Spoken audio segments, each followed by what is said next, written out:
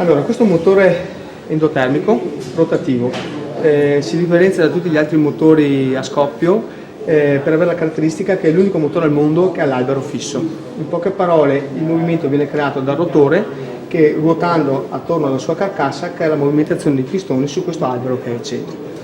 La funzionalità in poche parole è questa.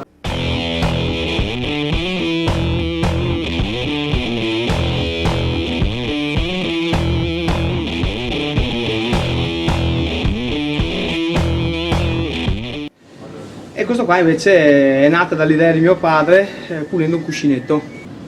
Perché è stato fatto un motore del genere? Prima di tutto i consumi, perché questo è un motore che comunque a conti fatti, montato su in Italia, può arrivare a fare anche 40 km con un litro. Lo studio di padre del professor da Forno a Padova ha stimato che montato su una macchina utilitaria, con un pieno di benzina, macchina molto leggera, un pieno di benzina abbinata a delle batterie, potrebbe anche creare praticamente la percorrenza di gran parte dell'Italia con un pieno di benzina. E dopo ci sono altre caratteristiche importanti. Può funzionare con qualsiasi tipo di carburante. Cosa vuol dire? Avendo l'albero fisso, questo motore, ruotando di pochissimi gradi il posizionamento dell'albero, può variare il rapporto di compressione. Quindi vuol dire che si può lavorare partendo dal gas naturale fino ad arrivare praticamente alla benzina comune. Un altro fattore molto importante di questo motore qua è che l'abbiamo basato soprattutto sul discorso dell'inquinamento. Perché inquinamento? Voi sapete che il catalizzatore lavora a temperature molto alte.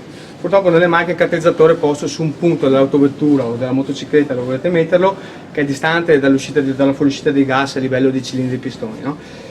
Qui abbiamo una bocca di uscita, e dopo ve lo farò vedere nei 6 cilindri che abbiamo sviluppato là, molto ampia. Cosa vuol dire? Vuol dire che praticamente possiamo pensare di posizionare un catalizzatore proprio all'uscita proprio dei gas di scarico. Quindi vuol dire tempi rapidi per poter purificare i gas. E poi un'altra cosa, è un motore che a studi fatti può girare su regimi di 400-500 giri al minuto, e cosa un po' assurda perché tra virgolette noi abbiamo avuto conferma poi dall'Università di Padova che ha fatto lo studio cinematico e dinamico proprio del motore stesso. Si può pensare di avere un motore da 20.000 giri senza l'utilizzo del cambio, proprio avendo queste coppie molto basse.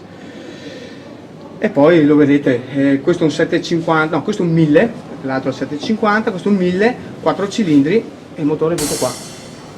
In totale ci sono circa una cinquantina di componenti, quindi alla fine, come potete notare, il costo per la costruzione una volta che viene industrializzato è veramente esiguo. Si può anche pensare che anziché riparare si possa anche decidere proprio di...